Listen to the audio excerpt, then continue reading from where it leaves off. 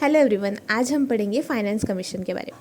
Finance commission एक constitutional body है। अभी कॉन्स्टिट्यूशनल बॉडी है मतलब क्या होगा? कॉन्स्टिट्यूशनल बॉडी है मतलब इसके लिए आर्टिकल होगा। तो कौन सा आर्टिकल है? आर्टिकल 280। ठीक है, तो फाइनेंस कमीशन के लिए हमेशा याद रखना article 280 is related to finance commission. ठीक है, ये क्वासी जुडिशियल बॉडी है जो कि कॉन्स्टिट्यूट कौन करता है? President of India.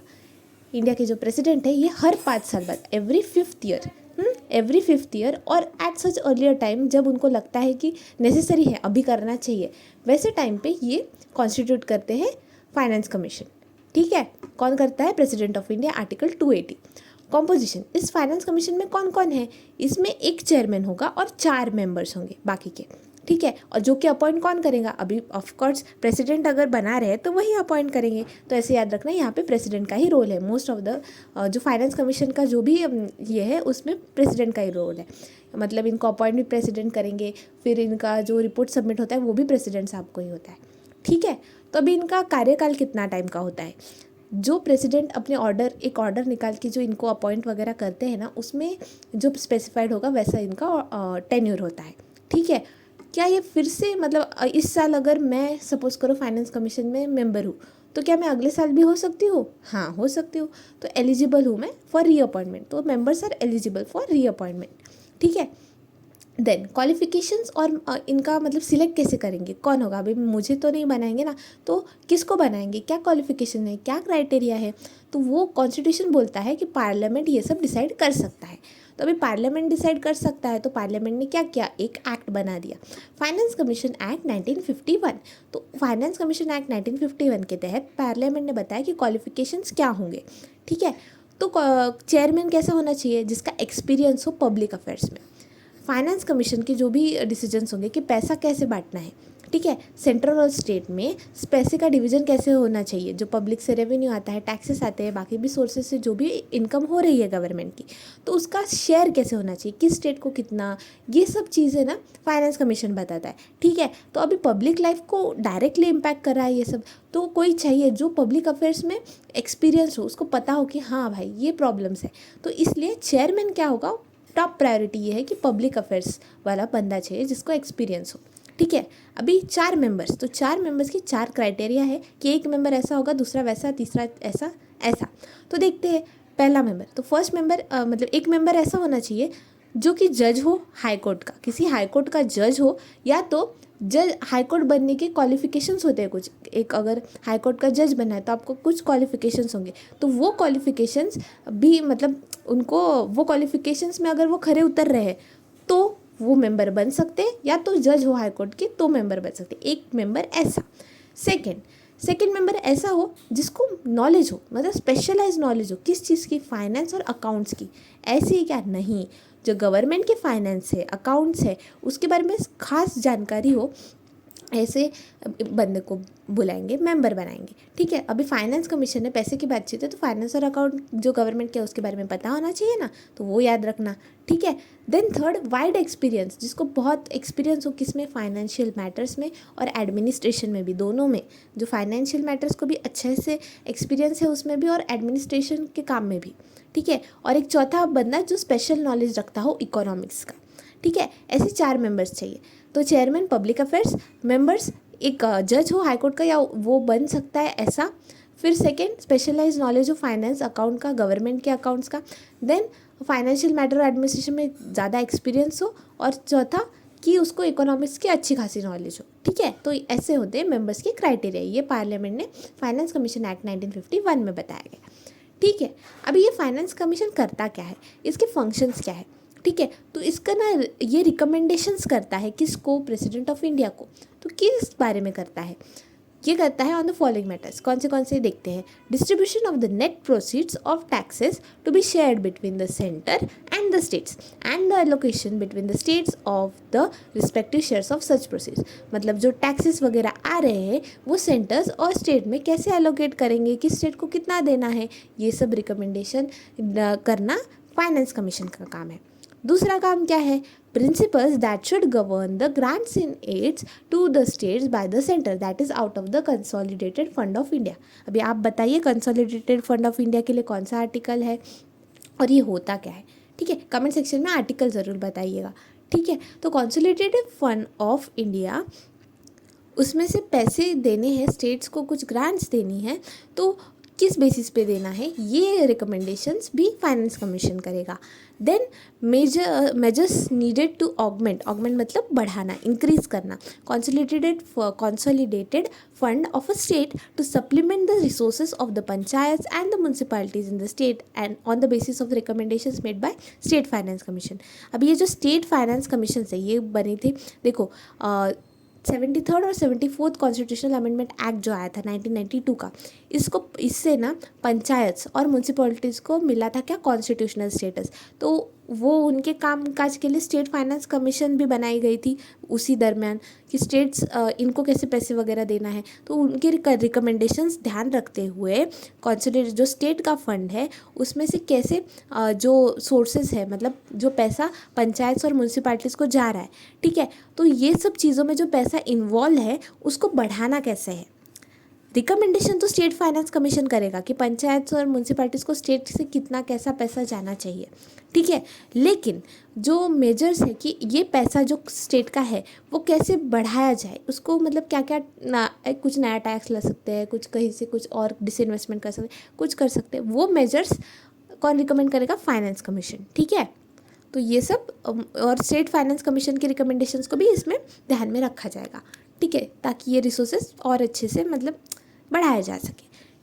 Then any other matter refer to it by the president in the interest of sound finance. तो प्रेसिडेंट ने अगर फाइनेंस के मैटर पे कोई भी इनको रिकमेंडेशन किया है कि बोला है इस मामले में भी आप बताइए, अपना रिकमेंडेशंस दीजिए, तो वो भी फंक्शन फाइनेंस कमीशन का होता है। देन कमिंग टू नेक्स्ट, देखो रिपोर्ट किसको जाती है, हमने देखा अभी कि प्रेसिडेंट ही अपॉइंट करता है, तो प्रेसिडेंट को ही रिपोर्ट जाएगी। देन प्रेसिडेंट क्या करेंगे, प्रेसिडेंट अपने पास रखेंगे क्या, नहीं, दोनों हाउसेस से पार्लियामेंट की लोकसभा राज्यसभा उनके सामने रखी जाती है रिपोर्ट्स। फिर एक उसके साथ एक मेमोरेंडम भी दिया जाता है, एक्सप्लेनेटरी मेमोरेंडम, की एक्शंस रिकमेंडेशंस पे एक्शंस क्या लेने हैं, क्या लिए जाएंगे, वो सब। अब ये रिकमेंडेशंस क्या बाइंडिंग है, नहीं, देखो यहाँ पे क्या है, एडवाइजरी है इन नेचर, मतलब not binding on the government. मतलब फाइनेंस कमीशन ने अगर बोला है तो वो करना ही पड़ेगा। फाइनेंस कमीशन ने बोला कि सेंट्रल गवर्नमेंट ने इस महाराष्ट्र स्टेट को या फिर बिहार की स्टेट को इतना पैसा देना चाहिए, और सेंट्रल गवर्नमेंट को लगा कि नहीं देना है तो उन्होंने नहीं दिया, तो क्या बिहार की स्टेट गवर्नमेंट जाके लड़ सकती है, नहीं लड़ सकती, क्योंकि ये जो रिकमेंडेशन है ये कंपलसरी नहीं है, ये एडवाइजरी है नेचर में। मतलब यूनियन की जो गवर्नमेंट है वो मान भी सकते हैं, उनके ऊपर है ये रिकमेंडेशंस, आप एक्सेप्ट कर सकते हो या नहीं भी कर सकते हो, ठीक है, तो बाइंडिंग नहीं है, ये हमें याद रखना है। फिर एक कुछ इंपॉर्टेंट टर्म्स है, देखो फोर्थ जो फाइनेंस कमीशन थी उसके चेयरमैन थे डॉक्टर पी.वी. राजमन्नार। इन्होंने क्या कहा था कि ना फाइनेंस कमीशन एक कॉन्स्टिट्यूशनल बॉडी है, हाँ, और कॉन्स्टिट्यूशियल, तो इसके रिकमेंडेशन है उसको ना मतलब गवर्नमेंट ने सीरियसली लेना चाहिए, और ना मतलब गवर्नमेंट ने इम्प्लीमेंट करना ही चाहिए, unless and until there are very compelling reasons. Fine, तो मतलब कुछ ज़्यादा ही रीजंस ऐसे आ रहे हैं कि नहीं ही कर सकते तो ठीक है, लेकिन कॉन्स्टिट्यूशनल बॉडी है तो इसका सम्मान करना चाहिए और आपको इसके रिकमेंडेशंस इम्प्लीमेंट करने चाहिए गवर्नमेंट ने, ठीक है। ये किसने बोला है, फोर्थ फाइनेंस कमीशन के चेयरमैन डॉक्टर पी.वी. Rajamannar. Then constitution of India क्या कहता है, इसको एनविसेजेस, मतलब क्या, इसको इस तरह से देखता है, किस तरह से देखता है फाइनेंस कमीशन को, as the balancing wheel of fiscal federalism in India. Centre और स्टेट में जो पैसे का लेन देन है, मतलब जो भी रिलेशंस है, वो पैसे आ रहे हैं तो उनको कैसे डिस्ट्रीब्यूट हो रहा है, ये सब, तो ये सब के लिए ना बैलेंसिंग व्हील का काम करता है फाइनेंस कमीशन, ऐसे कॉन्स्टिट्यूशन फाइनेंस कमीशन को व्यू करता है, ठीक है। देन और एक इम्पॉर्टेंट पॉइंट, 2014 तक प्लानिंग कमीशन था, है ना, प्लानिंग कमीशन पे हमने वीडियो बनाया है, देखो प्लानिंग कमीशन और नीति आयोग का डिफरेंस, तो उस अगर आपने नहीं देखा है तो लिंक डिस्क्रिप्शन में आप देख सकते हैं। तो प्लानिंग कमीशन नाम की बॉडी है जो नॉन स्टेट्यूटरी थी और नॉन कॉन्स्टिट्यूशनल भी, ना आर्टिकल है ना एक्ट है, फिर भी ये बॉडी का जो काम थे ना, फंक्शंस थे और रिस्पॉन्सिबिलिटीज़ थी, ये ओवरलैपिंग थी फाइनेंस कमीशन से, मतलब कुछ कुछ सेम ही आ रहे थे, तो इसकी वजह से फाइनेंस कमीशन को इतना अच्छा दर्जा नहीं मिल रहा था, मतलब उसका काम प्लानिंग कमीशन ही कर रहा है, ऐसा टाइप का हो गया था, तो कॉन्ट्राडिक्शंस। तो अभी क्या हो गया, 2015 से नीति आयोग आ गया, तो अभी ये प्रॉब्लम नहीं है, तो 14 तक ये था, ठीक है।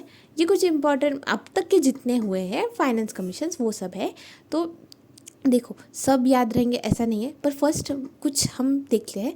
फर्स्ट जो है केसी नियोगी चेयरमैन थे फर्स्ट फाइनेंस कमीशन के, जो कि अपॉइंटेड 1951 में हुई थी। रिपोर्ट सबमिट एक साल बाद 52 और इम्प्लीमेंट हुआ था 1952-57। फिर सेकंड केस संथनम, इनके चेयरमैनशिप में थी सेकंड फाइनेंस कमीशन। ठीक है, अभी ये कुछ और नाम है हम देख लेते हैं। Third A.K. Chanda, fourth PV Rajamannar, fifth Mahavir Tyagi, six Brahmananda Reddy, 7 JM Shelat, 8 YB Chauhan, 9th NKP Salve, 10th KC Pant, ये KC नियोगी है फर्स्ट, 10th KC पंत है 1, फिर उसके बाद 10वां KC पंत। ठीक है, देन 11th AM खुश रहो ऐसा। फिर 12th डॉक्टर C रंगराजन, ये इंपॉर्टेंट है। ठीक है, हमने रंगराजन जी के बारे में देखा है। तो डॉक्टर C रंगराजन ये 12th फाइनेंस कमीशन के चेयरमैन थे, ये हमें याद रखना है। ठीक है, फिर 13 डॉक्टर विजय केरकर, ये भी इम्पॉर्टेंट है। फिर 14 फाइनेंस कमीशन के ये अभी रिसेंट की वाली कुछ है ना, ये तो ज़रूर याद रखना है। ठीक है, डॉक्टर C रंगराजन 2005 से 10, मतलब ये जो रिपोर्ट इन्होंने सबमिट की उसका इम्प्लीमेंटेशन टाइम कब था, ये है ये। ठीक है, तो रिपोर्ट बनाई, मतलब बनाने स्टार्ट की, फिर सबमिट हुई और ये कब इम्प्लीमेंट होगी ऐसा। ठीक है, तो ये तो ठीक है, लेकिन 12th के डॉक्टर रंगराजन थे, फिर 13 के doctor Kelkar, 14th YV Reddy, 15 अभी जो चल रहा है 2020 से 26 में जो इम्प्लीमेंट हो रही है, ये डॉक्टर नहीं 15 फाइनेंस कमीशन के चेयरमैन NK सिंह जी ने बनाई है। तो अपॉइंटेड कब हुआ था 2017 में, और 2019 और 20 में रिपोर्ट दी गई। 19 में 2020 और 2021 के लिए रिपोर्ट दी गई 2020 में, और फिर बाद में उसके बाकी के 5 सालों के लिए रिपोर्ट दी गई 22-23 से आगे। ठीक है, तो ऐसे ये 2 हिस्सों में हुआ है, तो ये हमें याद रखना है। ठीक है, तो ये ईयर्स तो इतना नहीं हम, लेकिन ये जो नाम है 15 finance commission NK Singh, 16 Arvind Panagariya, हाँ, तो ये 23 में अपॉइंट की गई थी, 2026 2032 इसमें ना 2019 में रिपोर्ट सबमिट की गई थी और 2020 में। तो ये कौन से, ये तो 2020 और 2021 के लिए है। ठीक है, फिर उसके बाद के लिए 2020 में रिपोर्ट सबमिट की थी।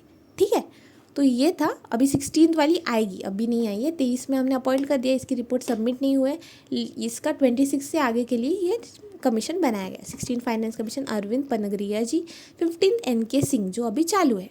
ठीक है, तो ये कुछ था फाइनेंस कमीशंस। तो आज हमने फाइनेंस कमीशन के बारे में पढ़ा, ये बॉडी कैसी है, कौन कौन होता है इसमें, 1 चेयरमैन, 4 मेंबर, कैसे कैसे मेंबर्स हैं, कौन अपॉइंट करता है, प्रेसिडेंट, रिपोर्ट जाती है प्रेसिडेंट को, पार्लियामेंट ने एक्ट बना के क्वालिफिकेशंस पहले से दे दिए हैं और रीअपॉइंटमेंट के लिए एलिजिबल है। ये मोटा मोटा याद रखना है। और फिर स्टेट्स और सेंटर के फाइनेंस की बातें, ये सब ये फाइनेंस कमीशन देखता है। ठीक है, article 280। So that's it for the day. Thank you.